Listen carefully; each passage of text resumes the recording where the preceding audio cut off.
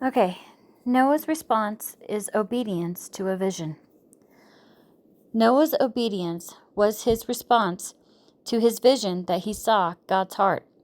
Just like Abel becoming a shepherd, he became a shepherd to offer the lamb, the firstling of the flock, with the fat portion.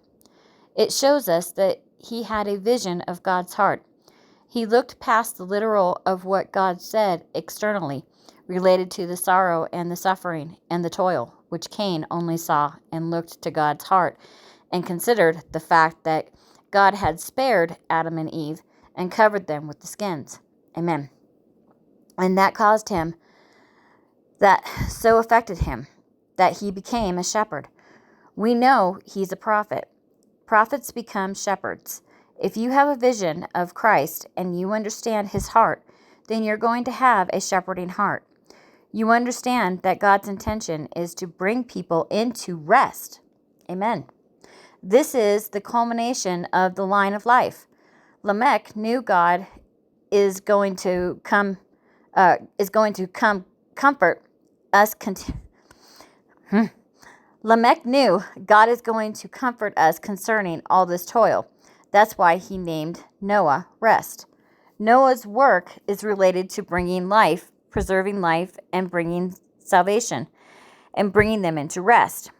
When we get to Genesis 8, and he's on dry land, we will see that God actually lifted the curse off the earth. There's a specific mention. So in type, the new ground that Noah lands on represents the rest of God.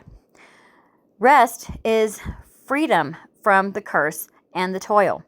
What does it mean to rest? It means I am not living as a slave anymore in debt to God because of my transgressions, toiling away to preserve myself and thinking that's virtuous. Rest means I'm trusting Christ to provide everything and even bless me, even though I'm one of the sinners, even though I was of the world that was judged. I found grace in his eyes, and I was saved and preserved and nourished and fed and brought into rest. Amen. Love that. That's really what it means to be in rest. I'm not responding to my sin, my toiling away. I'm calling on the name of the Lord, walking with God, and being shepherded and shepherding others into rest. Amen. When Cain went out from the presence of God, his response to his alienation was to build. He built a city and named it after his son Enoch. And then his descendants built the world system. They built and built and built, and those are dead works because they come from a sense of alienation from God, a sense of debt, a sense of needing to justify themselves and make a name for themselves and have their own glory because they don't get glory from God. That's what dead works are really. Amen. I couldn't help but laugh, but think of the song, hi-ho, it's off to work we go. So, sorry. Anyway, moving on. Seth's line has no record of any of that kind of stuff. They just call on the name of the Lord in weakness and believe in his promise. Amen. And then out of that line does come a building work, the ark, but it's really to salvation and life. And out of our line as the church comes a building, which is the church.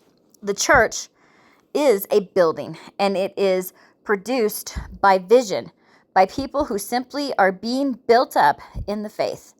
Faith is a vision. The way the church is built up is in the faith. Amen. We're rooted and grounded in faith, and we're built up in faith and in love. That is not the work of our hands. Amen. That is us being regulated by seeing God's heart and knowing his love. And then that nourishes and supplies us, and it makes us participants of his shepherding work to bring people into rest. And that's what Noah was doing. Amen. He was shepherding people into rest. He shepherded the 8 into rest, as well as all the animals.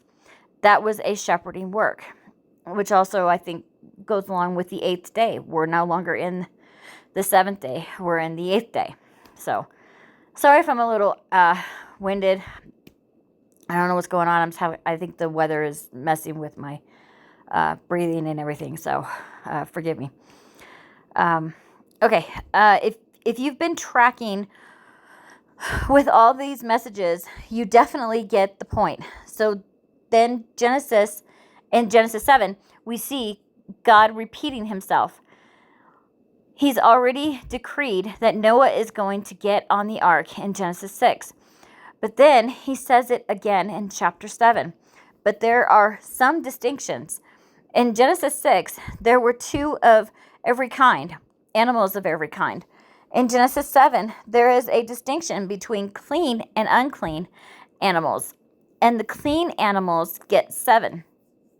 There are 7 of each clean animal on the ark and 2 of the unclean. Genesis 7, 2-3. Of every clean beast you shall take to thee by sevens, and male and female, and his female. And of beasts that are not clean, 2, the male and female.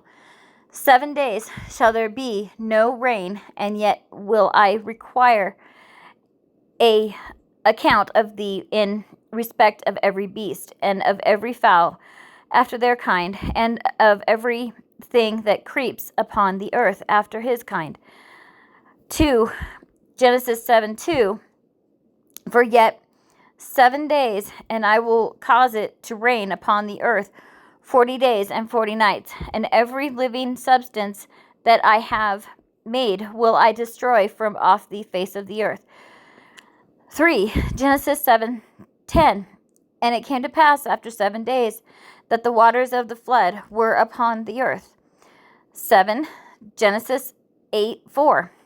And the ark rested in the 7th month on the 17th day of the month upon the mountains of Ararat. 9 Genesis 8:10. And he stayed yet other 7 days, and again he sent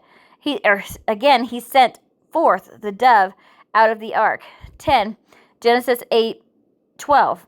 And he stayed yet another 7 days, and set forth the dove, and she returned not again unto him any more.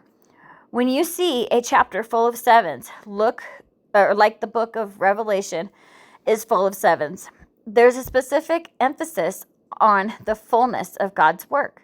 Amen. For example, in Revelation 15, there are 7 angels with 7 plagues, which are the last of the judgments of God before the end of the age. These 7 plagues are poured out from 7 golden bowls, and they correspond to the 7 seals and 7 trumpets that have always been opened and sounded in earlier chapters. You could spend a lifetime just collecting the sevens in the Bible, and you'll see that it's one of God's favorite numbers. Amen.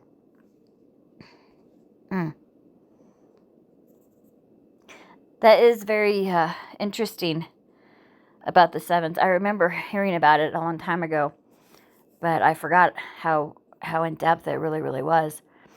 I did a study on it myself as well, and it's extremely fascinating. So, I highly recommend looking up the number 7. It's pretty cool. Kind of like the number 5 as well, but 7 is just there's a lot of interesting things, especially also in the Old Testament as well. So, okay,